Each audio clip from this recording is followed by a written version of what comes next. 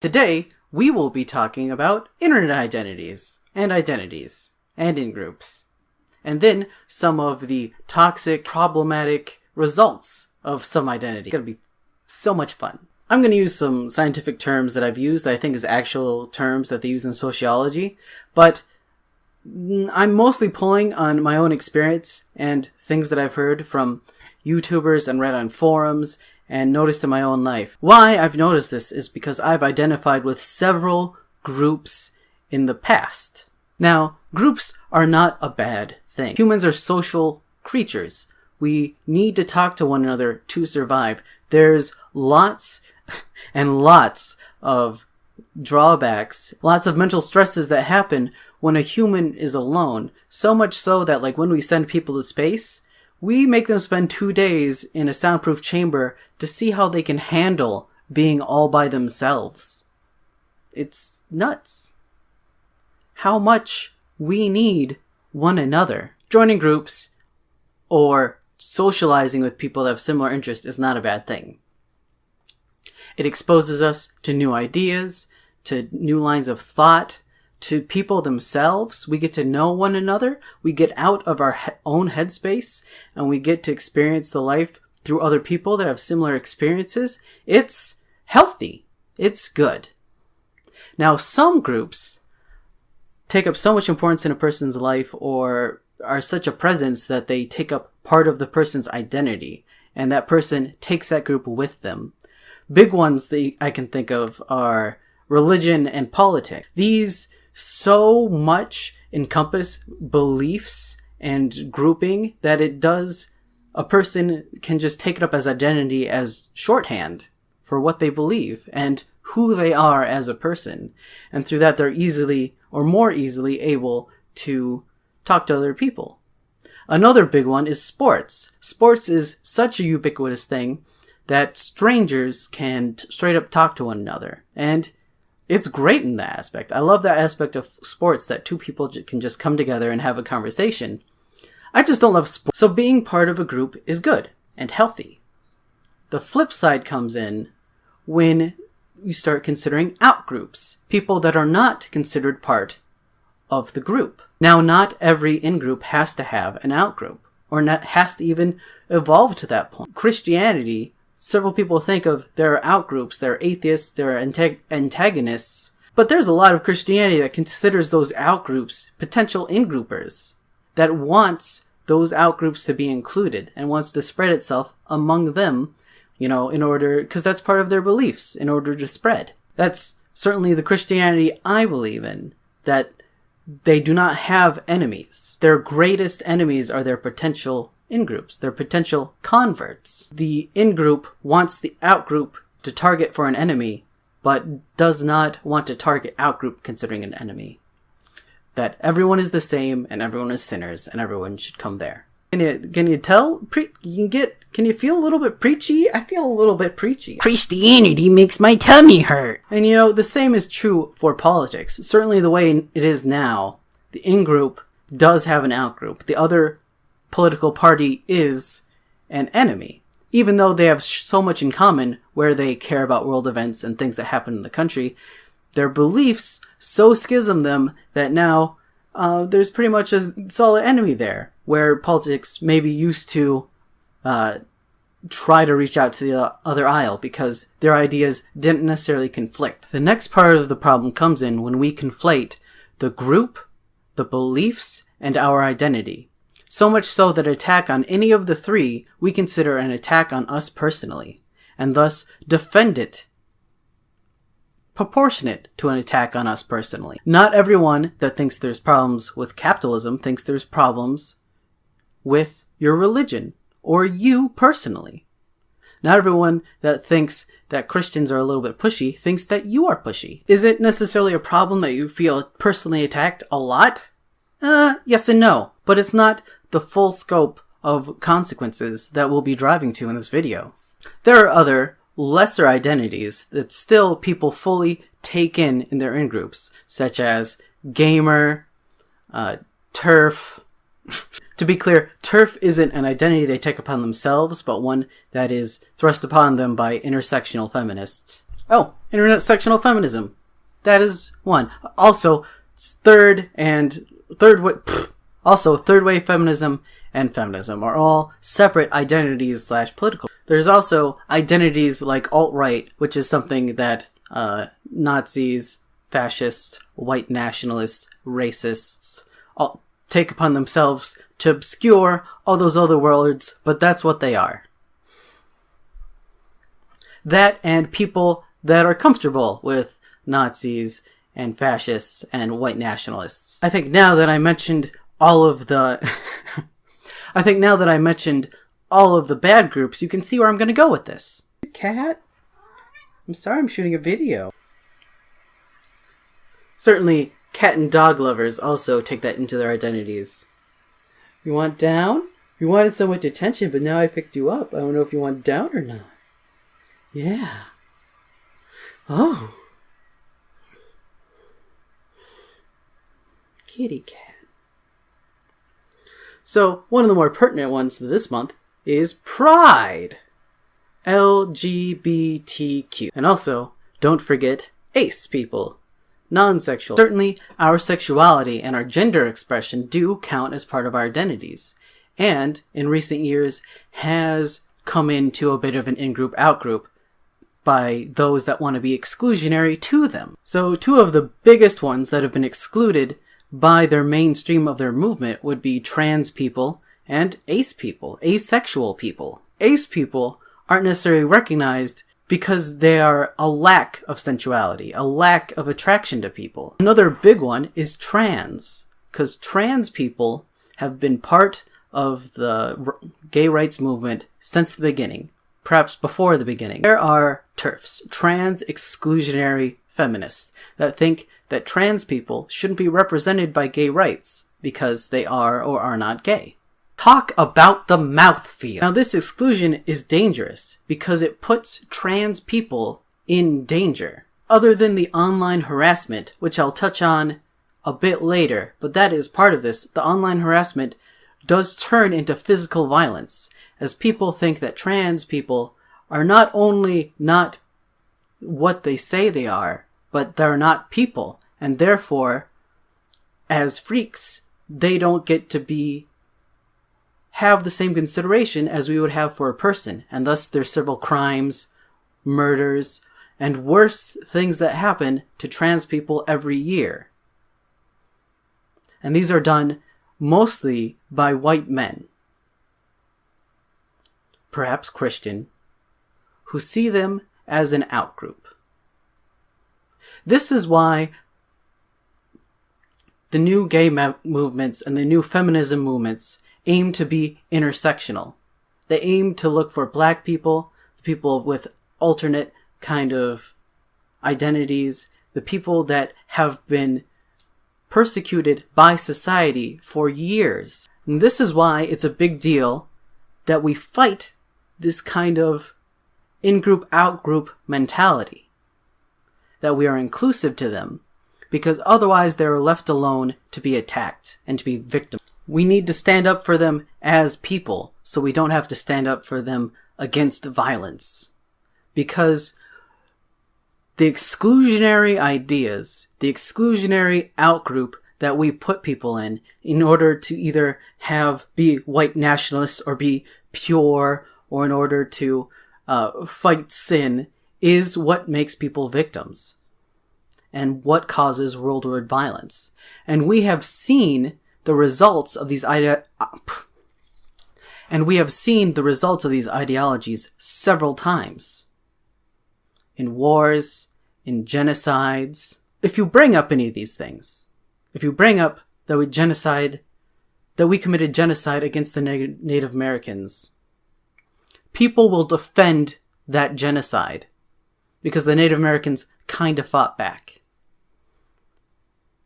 Because we needed to earn that land, because we need to live somewhere. We still justify those genocides and consider the Native Americans as an outgroup. Strangers say this to me. Strangers have said this to me on Facebook, mentioned it and defended it. What craziness is out there?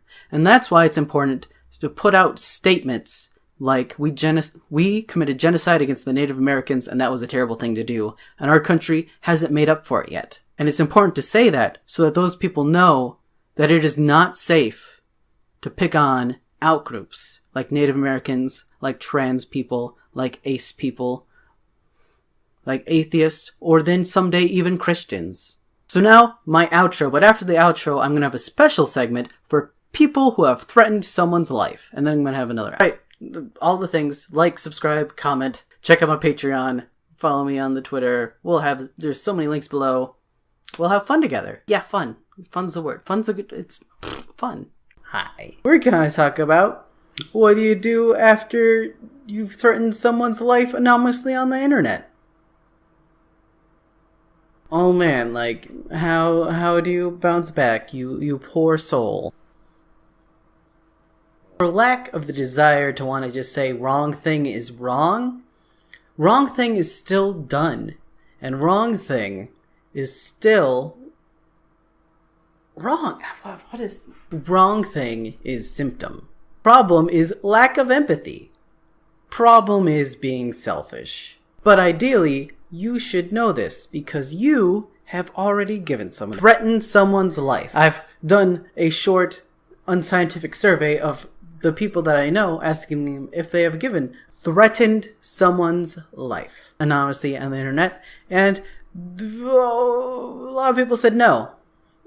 So, but also, a lot of those people were literal women. Not to throw out things that we can't prove because things are literally done anonymously, but I'm going to say a lot of the people that give death threats online or sending people addresses or doxing is done by white middle-class males. Oh no, what a stretch! It's not a stretch. But this video isn't about proving it, because we don't need to prove it, because we can believe women when they say they're harassed.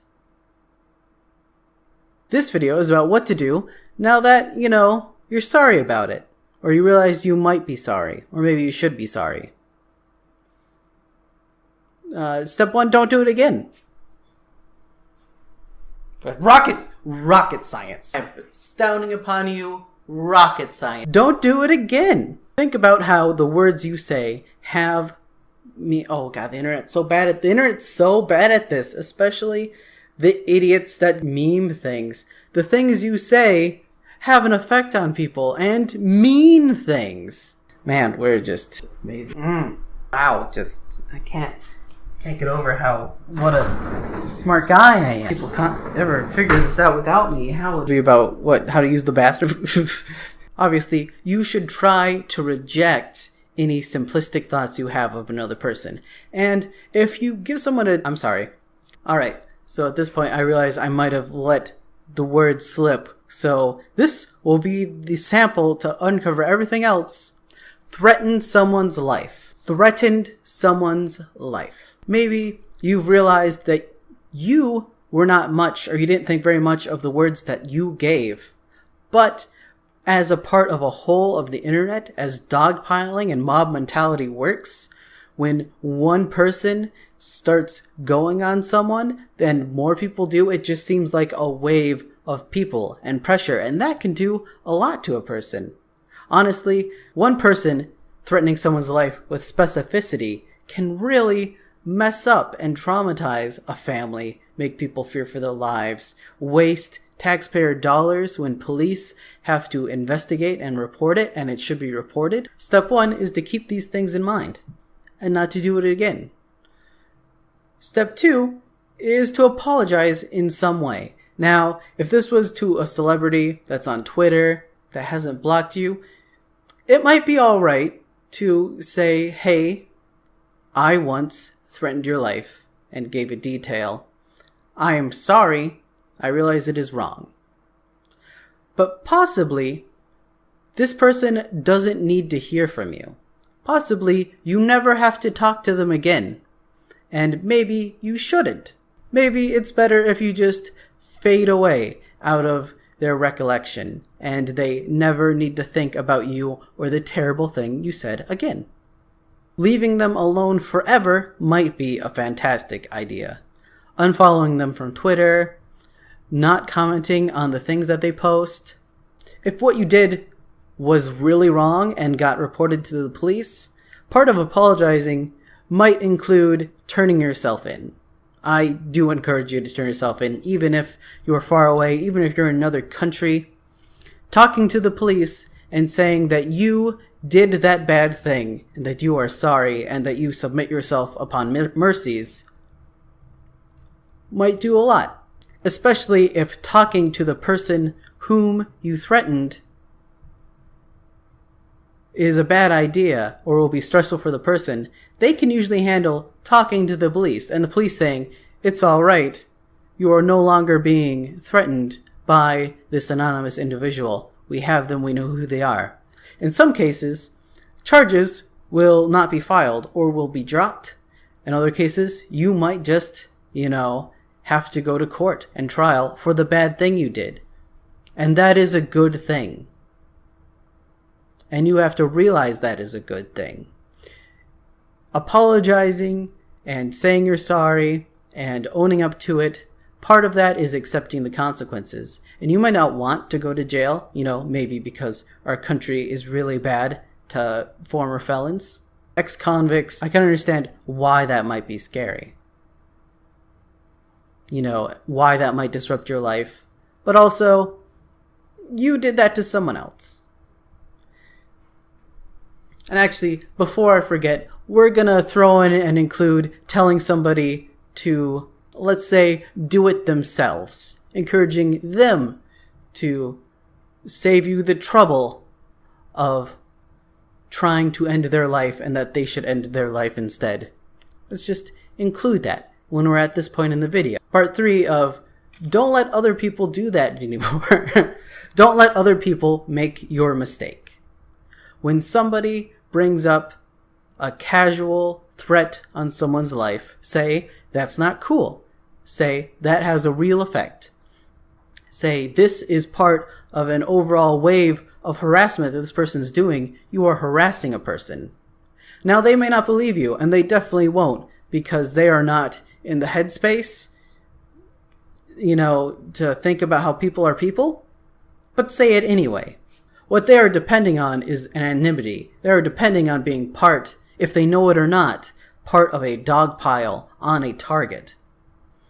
And if there is any bit of pushback to that, they will stop, because a lot of numbers is intimidating.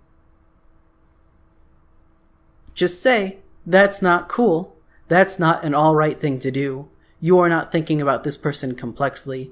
You are depending on anonymity to harass a living, breathing person with a life and concerns outside of you.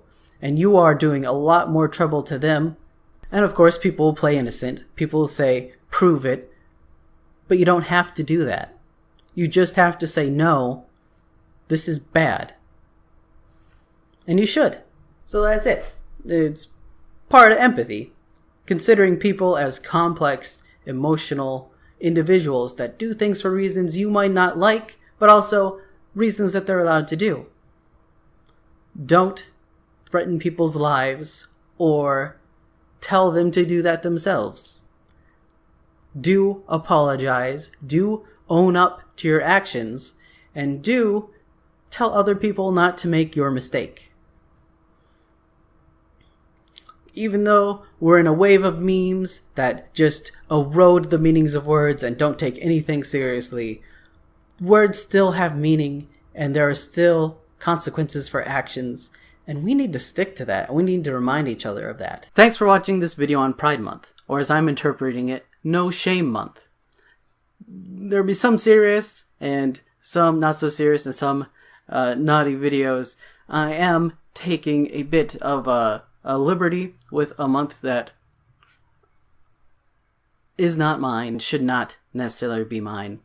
Like, I can't say that I identify as bi or anything. I think that, sexuality is fluid to a point. There's a certain point where I have been attracted to some men, but they're like super attractive men.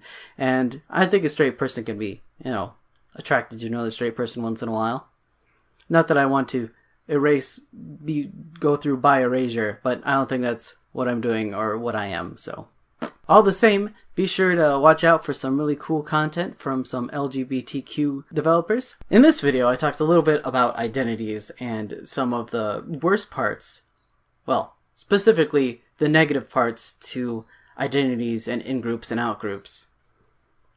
For the rest of the month, I'll be talking about probably a little bit dirtier things, and we're talking about things that I like that I don't think we should have shame in, and that should be interesting. Look forward to maybe a little bit of house party, a little bit of Californication, and these are the 3 videos I had planned. I don't know if I'll think of a 4th, but you have a shameless month, and support your local Pride events.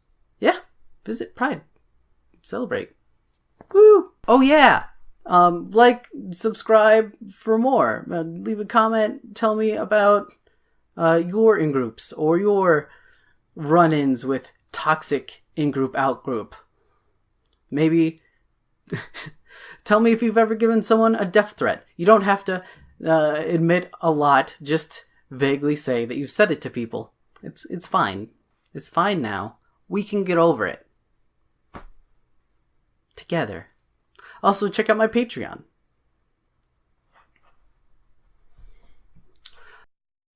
Alright. Yes.